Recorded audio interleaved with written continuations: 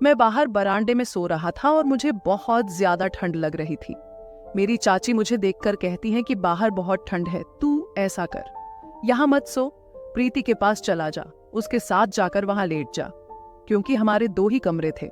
मुझे बहुत खुशी हुई, आपको बता नहीं सकता मैं कितना ज्यादा खुश था। मैं अपनी चाची की बात मानकर प्रीति के पास जाकर लेट गया। प्रीति लेटी हुई थी और साइड में मैं भी था। जैसे ही आधी रात हुई, मैंने प्रीति की चादर पर हाथ फेरना शुरू कर दिया। प्रीति भी जाग रही थी, लेकिन उसने मुझे कुछ नहीं कहा। धीरे धीरे मुझे पता लगने लगा कि प्रीति भी कुछ चाहती है। बस फिर क्या था, मैंने एक ही बारी में मेरी चाची की छोटी बहन बहुत सुंदर थी, लेकिन मुझे उन्हें सुंदर कहने में बहुत शर्म आ रही थी, क्योंकि मुझे डर लग रहा था कि अगर मैंने उन्हें ऐसा कह दिया तो कहीं वो चाची को ना बता दें। आज तक मैंने चाची की बहन से ऐसी बातें करते नहीं सुनी थी। हम जॉइंट फैमिली थे। मेरे पापा और चाचा जी खेती का काम करते थे और वे ज्यादातर खेत में ही रहते थे। मेरी चाची और मेरी मम्मी घर पर ही रहती थीं। मेरी चाची का एक बेटा था जिसकी उम्र करीब 6 साल थी। मेरी चाची की 2 बहनें थीं। चाची की उम्र 28 साल थी और उनकी छोटी बहन की उम्र करीब 24 साल थी, 22 साल थी। चाची की बहन को तो मैंने चाचा के शादी वाले दिन ही अपना दिल हार बैठा था। शाम के समय हम खाना खा रहे थे। उसी वक्त चाची ने मुझे बताया कि बलजीत का जन्मदिन है और उसकी मौसी को यहाँ आना है और वो उसे लेकर आ जाए। बस फिर मैंने ये सुनते ही शादी जैसी चाहत मेरे दिल में चढ़ गई। मैंने वैसे ही चाची से पूछ लिया कि चाची, आपके घर वालों को भी आना है? चाची ने कहा, नहीं, उनको नहीं आना, क्योंकि पापा की सेहत ठीक नहीं है। इसी वजह से मम्मी उन्हें छोड़कर नहीं आ सकती। लेकिन छोटी बहन ने कहा कि मेरे इकलौते भांजे का जन्मदिन है तो जरूर आऊंगी। जब वो बस स्टैंड पर जाएंगे तो तुम उन्हें ले आना। मैंने उन्हें तुम्हारा नंबर दे दिया है। बस स्टैंड पर आकर वो तुम्हें फोन कर देंगी। मैं आपको बता नहीं सकता उस समय मुझे कितनी ज्यादा खुशी हो रही थी। मैंने जल्दी से खाना खाया और अपने कमरे में चला गया। अपनी सुंदर सी पेंट शर्ट निकालकर प्रेस करने लगा, क्योंकि आज मैं चाची की बहन को अपनी ओर आकर्षित करना चाहता था। मैं उन्हें काफी टाइम से पसंद करता था, लेकिन मुझे नहीं पता था कि वो मुझे पसंद करती है या नहीं, और ना ही मैंने कभी उनसे इस बारे में पूछा था, क्योंकि मेरे अंदर इतनी हिम्मत नहीं थी। मैं बहुत बेसब्री से उनके फोन आने का इंतजार कर रहा था। मुझे यह था कि वो जल्दी से मुझे फोन करे और मैं भागकर उनके पास चला जाऊं और उन्हें गले लगाऊं।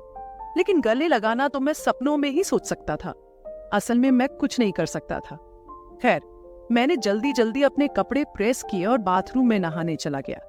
वैसे मैं अपना फोन बाथरूम से बाहर ही रखता था, लेकिन आज मुझे इतना ज्यादा चाह था कि मैंने बाथरूम में ही फोन ले लिया।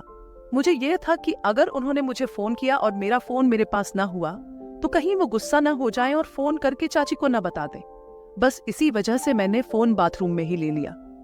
मैं जल्दी से नहा के अपने कपड़े पहनकर बाहर आ गया।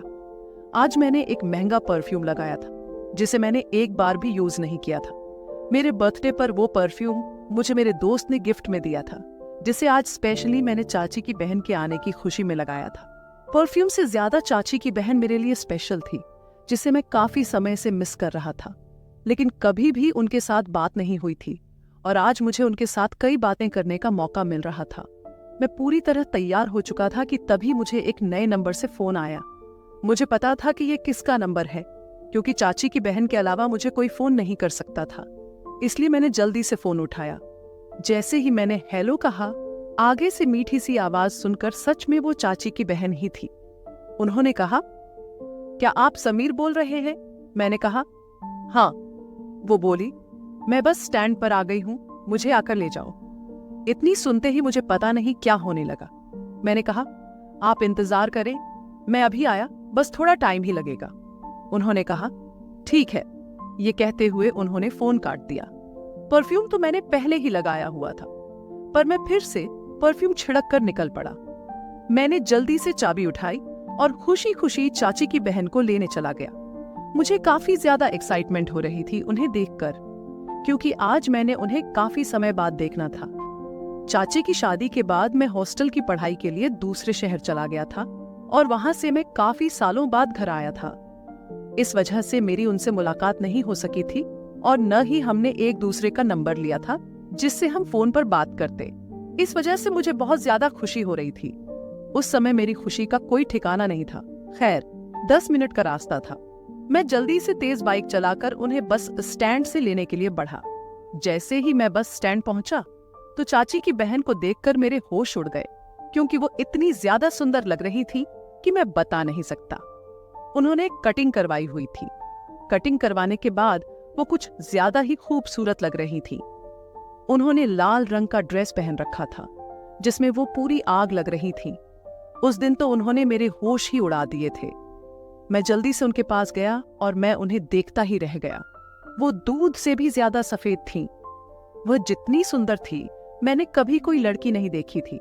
मैंने उसके पास जाकर उसका बैग पकड़ लिया और उसे बाइक पर बैठाने के लिए कहा।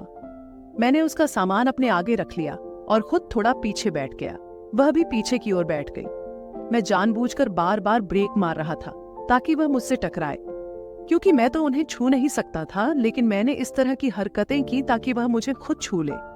मैं बाइक के शीशे में उसे देख रहा था। शायद उसने भी इस बात को महसूस कर लिया था। जब मैं उसे लेकर आ रहा था उस समय मैं बाइक बहुत तेज चला रहा था, लेकिन अब मैं बाइक इतनी धीरे चला रहा था कि अगर कोई भी टहलता हुआ भी मेरे साथ चला जाता तो वह मुझसे पहले पहुंच जाता। शायद उसने भी इस बात को महसूस कर लिया था। आखिरकार उसने मुझसे कह दिया, इससे अच्छा तो मैं चलकर चली जाती। मैंने मजाक में कह दिया, मैं पहली बार ड्राइविंग कर रहा हूं, इसीलिए अभी थोड़ा डर लग रहा है। वो बोली, आपसे ज्यादा तेज तो मैं चला लेती हूं। मैंने कहा, फिर मुझे भी सिखा दो। मेरी यह बात सुनकर वो हंसने लगी और बोली, अगर तुम्हें मेरी तरह तेज ड्राइविंग सीखनी है तो तुम लोगों के एक्सीडेंट ही करोगे। उसकी इस बात पर मेरा हंसना बंद नहीं हो रहा था। वो भी हंस रही थी और हंसते हुए वो कुछ अधिक ही खूबसूरत लग रही थी। मैंने कहा, वैसे तुम्हारी स्माइल बहुत सुंदर है। मेरी बातें सुनकर वो शर्माने लगी। इसी तरह की बातें करते हम घर पहुंच गए। चाची अपनी बहन को देखकर बहुत खुश हो गई। खुशी के साथ वो एक दूसरे से गले मिलने लगी। राहुल भी अपनी मौसी को देखकर बहुत खुश हो रहा था। अगले दिन चाचे के बेटे का जन्मदिन था। घर में तैयारियों का माहौल था, क्योंकि हमने अपने घर में एक छोटी सी पार्टी रखी थी। हमने रिश्तेदारों को नहीं बुलाया था, लेकिन गांव के सभी को बुलाया था। रात के समय पार्टी शुरू हो गई। जन्मदिन मनाने के लिए मैंने बलजीत को कपड़े लाकर दिए थे। मैं चाहता था कि राहुल की मासी पहले तैयार हो जाए ताकि मैं उसके साथ मैचिंग कपड़े पहन सकूं। शायद ऐसे फीलिंग लड़कियां लेती होंगी, लेकिन मैं जैसी फीलिंग ले रहा था वो अनोखी थी। मैंने देखा कि रात की पार्टी में उसने नीले रंग का सूट पहना हुआ था। उसमें वो बहुत ज्यादा कमाल लग रही थी। जब मुझे पता चला कि उसने नीला रंग का सूट पहना है तो मैंने भी उसी समय नीली शर्ट खरीद ली। मैं सभी के सामने अपनी यह कोशिश कर रहा था कि मैं नहीं जानता था कि चाची की बहन ने भी वही रंग पहनना है। मैंने तो पहले ही इसे सिलेक्ट कर लिया था। खैर, सभी ने इस बात को ज्यादा सीरियस नहीं लिया क्योंकि सभी पार्टी में बिजी थे, लेकिन इस बात को चाची की बहन ने कुछ ज्यादा ही सीरियस ले लिया। पार्टी का अरेंजमेंट बहुत अच्छा किया गया था। रात के 12 बजे पार्टी खत्म हो गई और खाना खाने के बाद सभी अपने अपने घर चले गए। रात के समय चाचे का बेटा मेरे साथ ही सोया, क्योंकि वो शुरू से ही मेरे साथ रहता था और अब तो मेरे साथ सोने की आदत हो गई थी। मैं अपने कमरे में अकेला सोता था, इसीलिए मैंने उसे अपने साथ सोने के लिए ले लिया था। मैं भी उसके साथ बहुत प्यार करता था, लेकिन आज वो जिद कर रहा था कि मैं अपनी मौसी के साथ सोऊं। मैंने कहा, चाची, कोई बात नहीं, उन्हें अपनी मौसी के साथ ही सोने दो, मैं बाहर बरामदे में लेट जाऊंगा। इसके बाद बलजीत अपनी मासी के साथ मेरे कमरे में मेरे बिस्तर पर लेट गया और मैं बाहर बरामदे में अपना मन ढककर लेट गया। लेकिन बाहर बहुत ज्यादा ठंड थी। फिर भी मैंने सोचा कि मैं उन्हें डिस्टर्ब नहीं करूंगा, वे आराम से सो जाएं। वैसे भी थोड़े टाइम बाद दिन निकल ही जाएगा। मैं अभी फोन बंद करके सोने की तैयारी कर ही रहा था कि तभी चाची मेरे पास आ गईं और बोली, बाहर तो बहुत ज्यादा ठंड है, मैं तुम्हें इस तरह बाहर नहीं सोने दूंगी। तुम एक काम करो, तुम भी अंदर जाकर सो जाओ। ये सुनते ही मेरे चेहरे पर खुशी आ गई, लेकिन मैंने चाची के सामने अपनी खुशी जाहिर नहीं होने दी। मैंने कहा, नहीं चाची, इस तरह अच्छा नहीं लगता। चाची बोली, कोई बात नहीं, फिर क्या हो गया, तुम चलो अंदर, मैं तुम्हें कह रही हूं ना। उसी समय चाची ने मेरा हाथ पकड़ लिया और मुझे अंदर ले गई। मैंने देखा राहुल अपनी मौसी के साथ सो रहा था। उसी समय चाची ने अपनी बहन को जगाया और कहा, प्रीति, राहुल को थोड़ा साइड करके ले ले, इसे बीच में भी रख लो। मैंने देखा, बाहर ठंड में कांप रहा था।